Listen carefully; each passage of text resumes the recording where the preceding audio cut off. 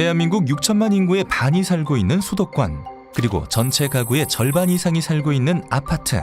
우리가 아파트에 대해 잘 몰랐던 사실 하나 알려드릴게요. 2019년 기준 수도권 내 아파트 중 15년 이상 노후한 아파트는 얼마나 될까요? 놀라지 마세요. 무려 10곳 중 6곳이나 된다고 합니다.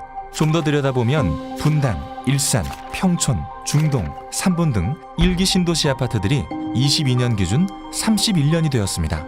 이로 인해 최근 들어 리모델링 아파트가 관심을 받고 있다고 하는데요. 현재는 기술적인 한계로 수직 증축보다는 수평 증축이나 별동 증축 위주로 사업이 진행되고 있습니다.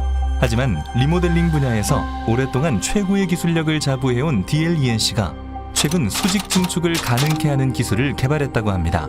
과연 수직 증축 리모델링은 무엇이고 DLENC가 개발한 기술은 무엇인지 더 깊이 알아보겠습니다. 집중하세요.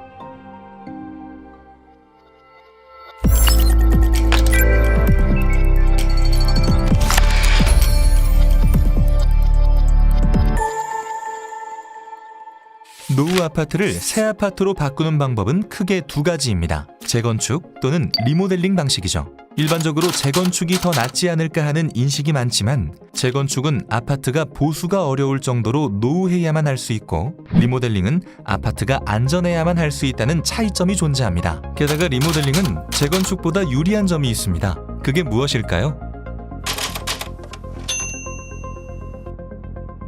재건축을 하려면 준공 후 최소 30년이 지나야 합니다. 또한 안전진단 등급도 D등급 이하를 받아야 가능한데 아파트 뼈대에 해당하는 구조체의 상태에 따라 양호한 등급을 받을 수도 있습니다. 리모델링은 그에 반해 준공 후 15년 된 아파트부터 가능하고 안전진단 C등급 이상이면 가능합니다.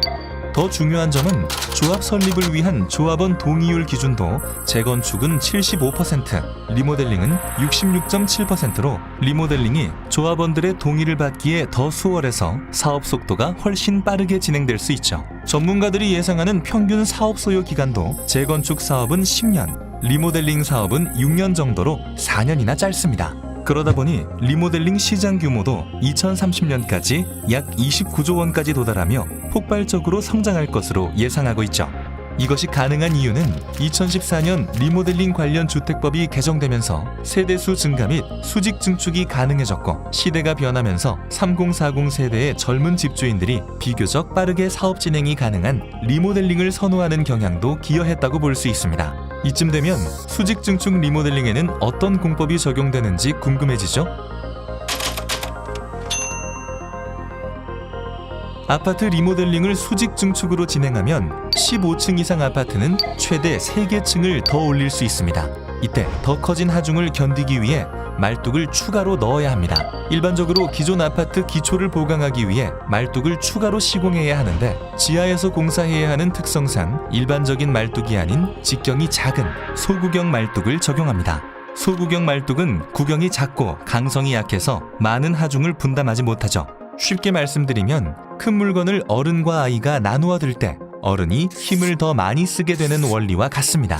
그리고 기존 말뚝은 시공한 지 오래되어 주변의 집안에 잘 적응되어 있지만 신규로 시공한 소구경 말뚝은 아무리 잘 시공해도 집안에 적응하는 과정에서 침하가 발생하는 변수가 있을 수 있습니다.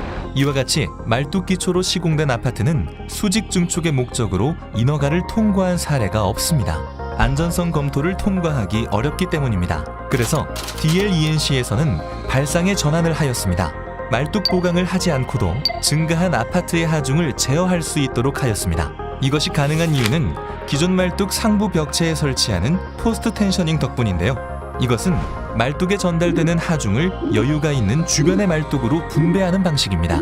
벽체마다 기초에 작용하는 하중의 분포가 다르기 때문에 그에 맞게 다양한 형태로 개발하였습니다. 이 기술은 국내 최고의 전문기관인 콘크리트 학회로부터 2022년 6월 29일 성능 검증 및 기술 인증도 받았습니다. 이는 공동주택 수직 증축 기술로는 국내 최초라고 합니다. DLENC는 이 기술을 PT 하중 전이 기술이라고 부릅니다. 기존 말뚝의 지지력을 최대 20%까지 원하는 방향으로 분산시킬 수 있죠. 이런 놀라운 기술이 있다니 신기할 따름입니다.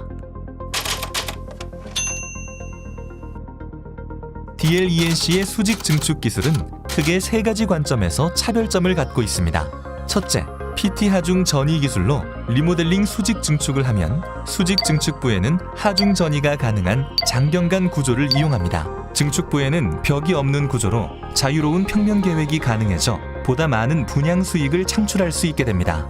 둘째, 기존 부에는 주변에 수평 증축부를 만듭니다. 특히 단지 특성을 고려하여 다양한 구조를 넣을 수 있고 기존 부로 전달되는 하중을 최소화하는 구조로 만들어집니다. 셋째, 하단부에는 PT 하중 전이 기술이 적용됩니다. 소구경 말뚝 보강이 필요 없는 공법으로 건설 신기술 인증도 준비하고 있습니다. 지금까지 수직 증축은 기술적인 한계로 빛을 보지 못했지만 수직 증축은 수평 별동 증축보다 더 많은 장점이 있습니다. 건폐율이 최소화되면서 단지 1층 외부 바닥을 최대한 많이 공공부지로 활용할 수 있어 수평보다 쾌적한 환경을 조성할 수 있고 단지 내 아파트 간격을 최대한 유지할 수 있어 조망권은 물론 프라이버시를 확보할 수 있죠. 게다가 수직 증축은 기존 지하 공간을 100% 활용 가능하며 증축 구간이 일반 분양 시 최상층에 해당되어 분양 수익을 극대화할 수 있다는 장점이 있습니다. 이렇게 이점이 많은 수직 증축을 활성화하기 위해 DLENC는 2019년 말부터 석박사급 연구 인력과 전문가 15명이 리모델링 기술 개발에 착수해 구조 안정성, 층간 소음, 지하주차장 구축 등 핵심 분야의 공법을 개발해 왔습니다. 이 공법은 상하이 국제금융센터와 잠실 롯데타워 등의 설계를 담당한 세계적인 구조 설계 업체 레라의 엄격한 기술 검증을 통하여 IEDC 등 국내외 기준에 부합함을 확인받았습니다. 세계적인 구조 설계 업체 레라는 미국 맨하탄의 버스터미널 수직 증축, 미국 써니다운 스테이트 병원 수직 증축 등 다양한 프로젝트 경험과 안정성을 입증받은 회사입니다. 이 회사에게 기술 검증을 받았다는 것이죠. 좁은 국토 면적에 많은 인구가 살고 있는 대한민국, 이 공간을 가장 효율적으로 사용할 수 있는 기술의 방향은 어디로 향하고 있을까요? DLENC는 국내 최초의 공동주택 리모델링 사업인 마포 용강 아파트, 압구정 현대사원 아파트, 이촌동 로얄 맨션까지 성공적으로 준공한 회사로서 또 한 번 국내 최초 수직 증축 리모델링 기술을 통해 다른 건설사가 풀지 못한 난제를 해결하였습니다. 주거 문화의 새로운 가치를 만드는 일, DLENC가 한층 더 높은 기술로 앞서가고 있습니다.